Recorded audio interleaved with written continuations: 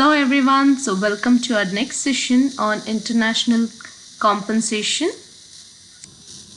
So international compensation refers to all forms of financial returns and tangible benefits that employees of an international organization receive from their employer in exchange for providing their labor and commitment. Hence, designing and developing a better compensation package for HR professionals for the international assignments requires knowledge of taxation, then employment laws and foreign currency fluctuation by the HR professionals. Moreover, the socio-economic conditions of the country have to be taken into consideration while developing a compensation package.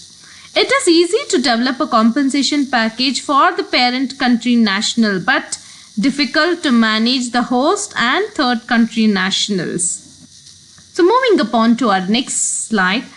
Here we define compensation as the amount of remuneration paid to an employee by the employer in return to the employee's service to the company.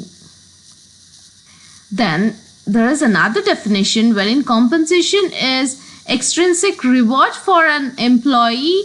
It includes praise from a superior, then salary, then employee benefits, then career progressions, and so on. So almost all the employees will be willing to accept jobs in MNCs, then take up assignments in various countries and take up the risk-bear inconveniences, and in the foreign country assignments, mostly discomfort compensation packages based on the employee's acceptance, which is missing down here. I'll just fill it across. So here we look at some of the bullet points of principles of compensation. So it has to be legal, be adequate, be motivating, be equitable, be cost benefit effective. Then it has to provide security. So the compensation policy should be in line with the structure, then business needs and overall strategy of the organization also should be considered.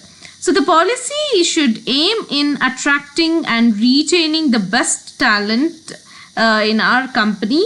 So it should enhance employee satisfaction. Yes, very much. So it should be clear in terms of understanding of employees and also convenient to administer. So the employees also have a number of objectives that he wishes to achieve from the compensation policy of the firm. So he expects proper compensation against his expectancy and performance level. He expects a substantial financial gain for his comfort and for, of course, his family comfort also. Then he expects his present and future needs to be taken care of, including children's education, it might be, or medical protections, for example, the insurance and so on. Then for staying, that is the housing facilities and so on. So the policy should be progressive in nature. So here are some of the compensation approaches which have been given by some of the researchers or taken out from some of the articles. So in USA, the compensation package include base salary, bonus, then long-term incentives and other benefits and perks. So the base salary is the small part of the total package. So in European companies, here they are paid less compensation than that of American executives, but benefits and employee perks are much better in European companies than as compared to America. Whereas in Japan, the compensation level of CEOs of large companies are just 1/3 of those of American CEO.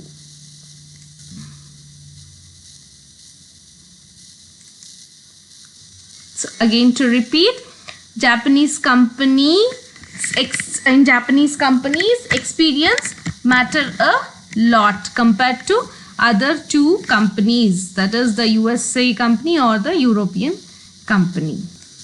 So these are the objectives of the compensation policy, which I had just put a line in our previous slide. Moving upon to the next slide, which speaks about objective of compensation benefits, but in view of employees. Again, this also I had put a line just a few minutes back. So you can just pause it and make a note of these points. So these are some of the major components of international compensation packages. So here starting with basic salary, then benefits, long-term benefits, allowances, incentives, taxes, okay, and so on. So international compensation is an internal rate of return.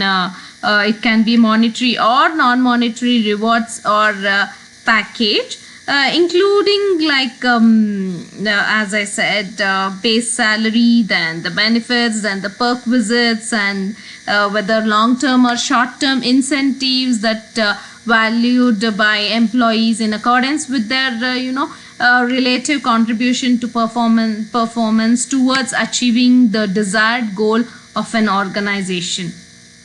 So let us study these components in detail. So the base salary, when we are speaking about the base salary, this term has slightly different meaning in an international context than in a domestic one.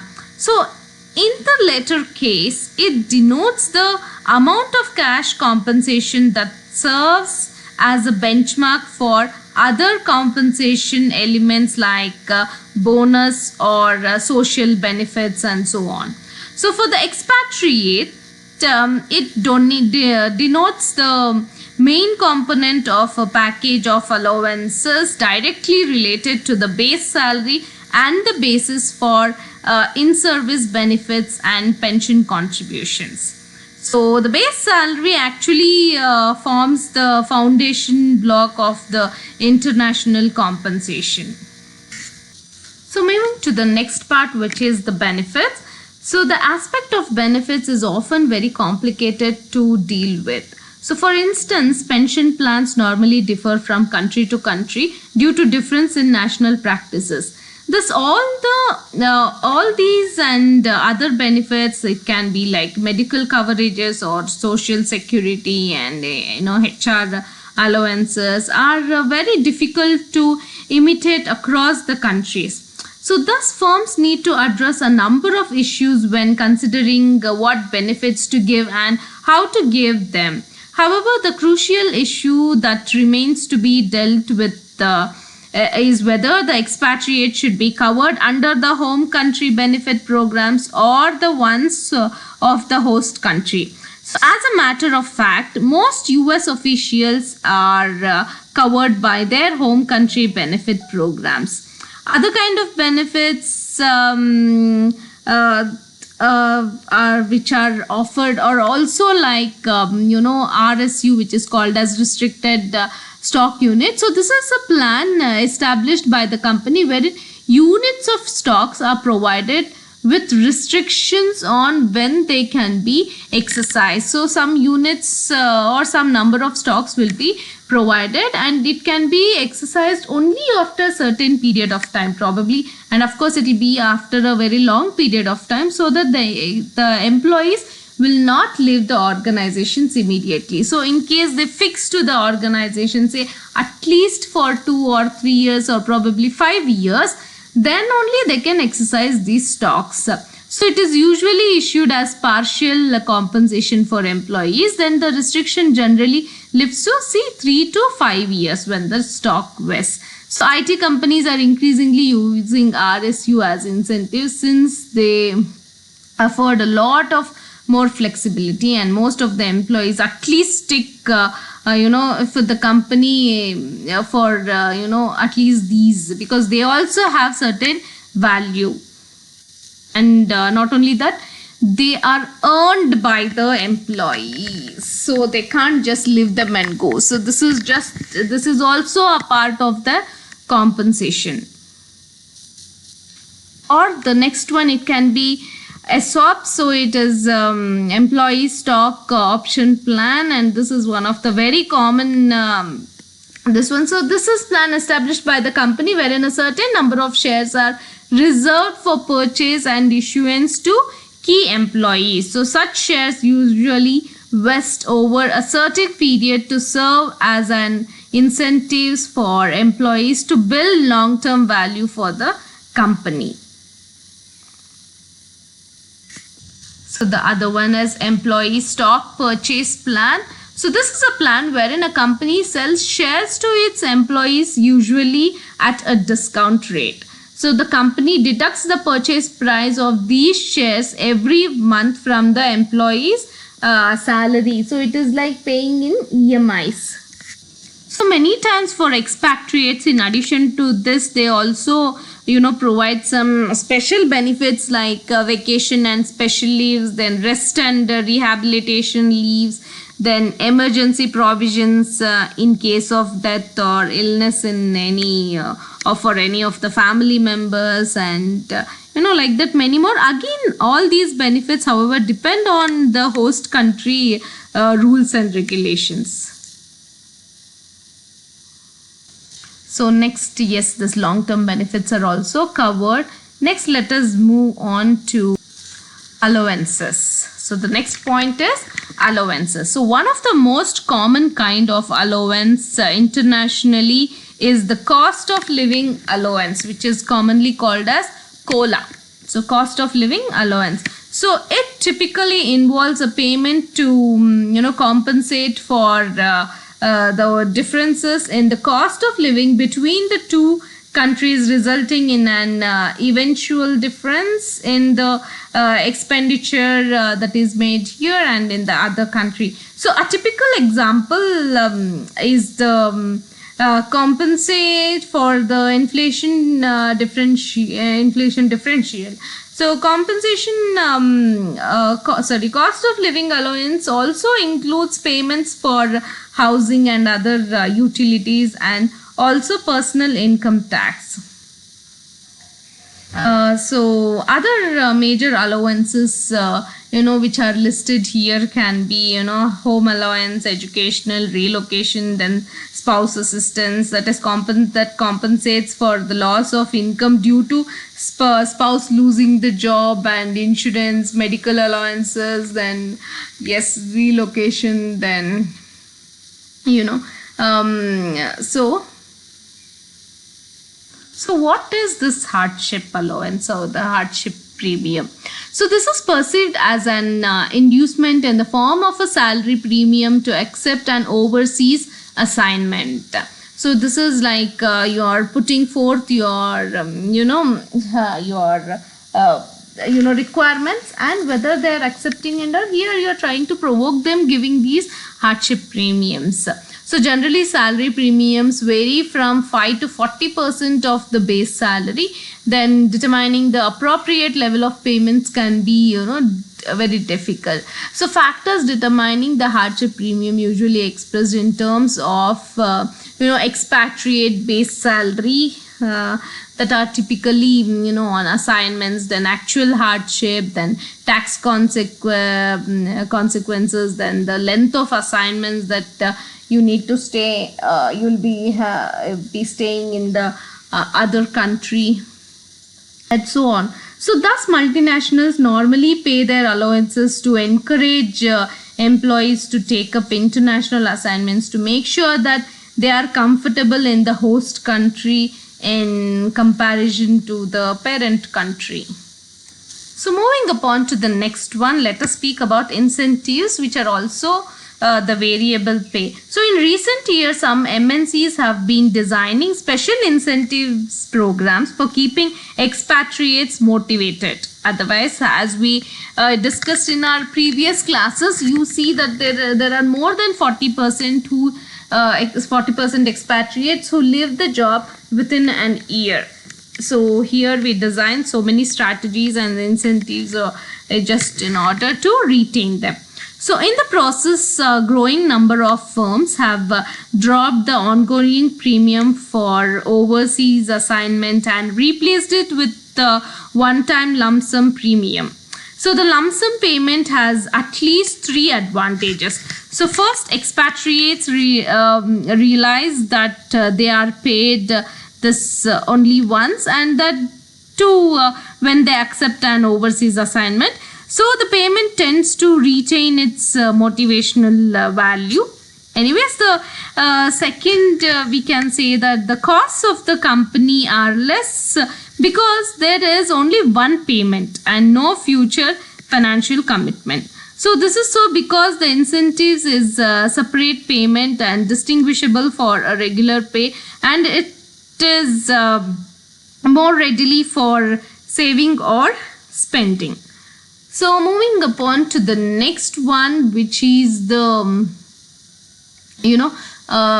next important aspect among the components, which is the taxes.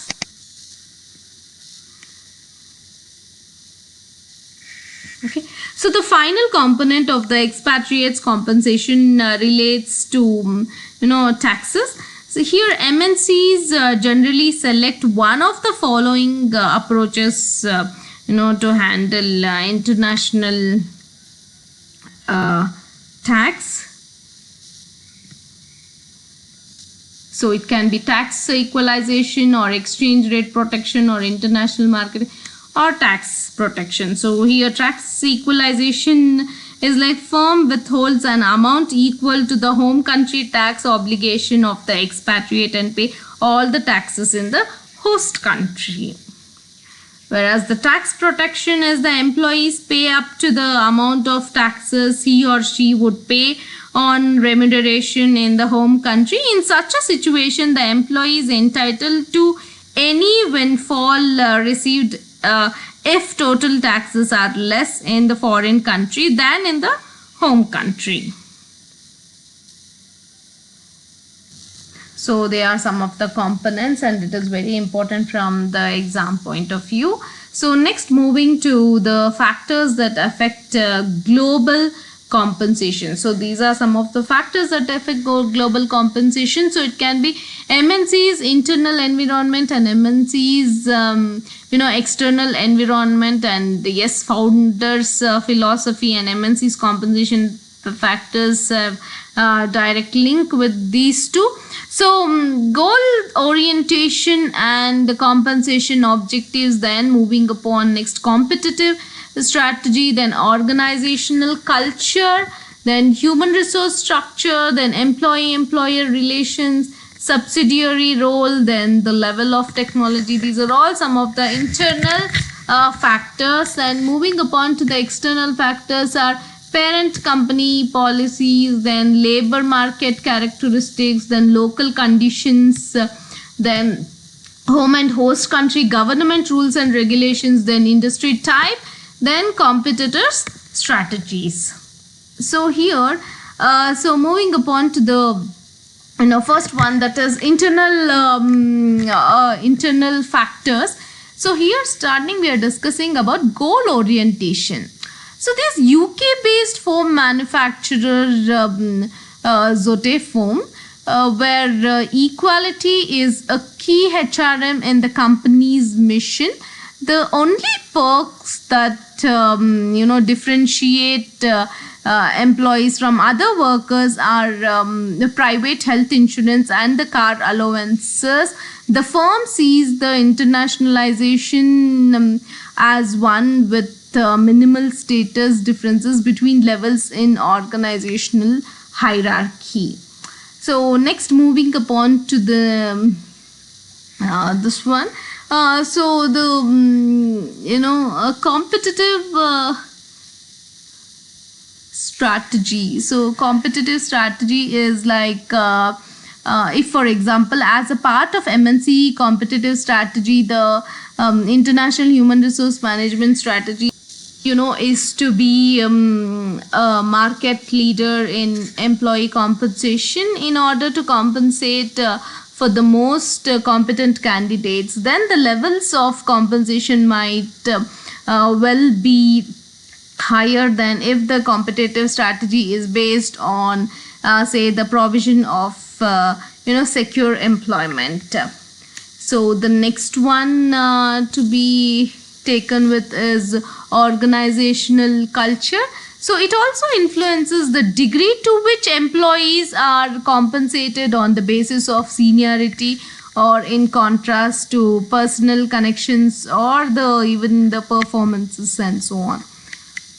So the workforce characteristics are also can be considered, like age, education, then the level, then the qualification and the experience, along with workforce tasks and preferences, and the labor relation factors such as nature of employment and the relationship with that's what employer relationship, and international compensation approaches in the organizations, then the level of technology that you are using it in the home country and the host country, and what is the technology that you will be going and adopting, and the training that you need.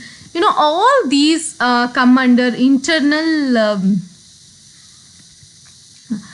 factors which influence our compensation.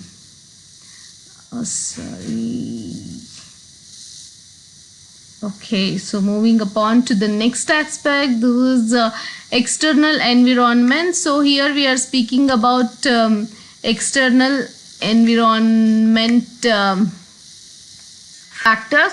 So external environment factors, just to put a light upon nationality of the parent country. So in terms of culturally determined values and attitudes towards compensation policy and practices, local culture influences international compensation strategy through the dominant societal values, the norms or attitudes and beliefs concerning for like example, basis for compensation differences, performance or family connections, or even many times gender also plays a major influence. So many research have proved this. Then degrees of compensation differences between managerial and non-managerial employees, and the propensity of using particular types of compensation policy, or the incentives or the benefits that you people are offering. Then the labor markets, characteristics of whether it can supply and demand. So what is the supply of the skills or the talent that you need, and what is the demand that is being created. Then of course the education and skills level, then age, experience, yes, in the labor market. So the demographics externally. Then the role of home and the host country or the government in labor relations also affect the level of compensation that will be fixing.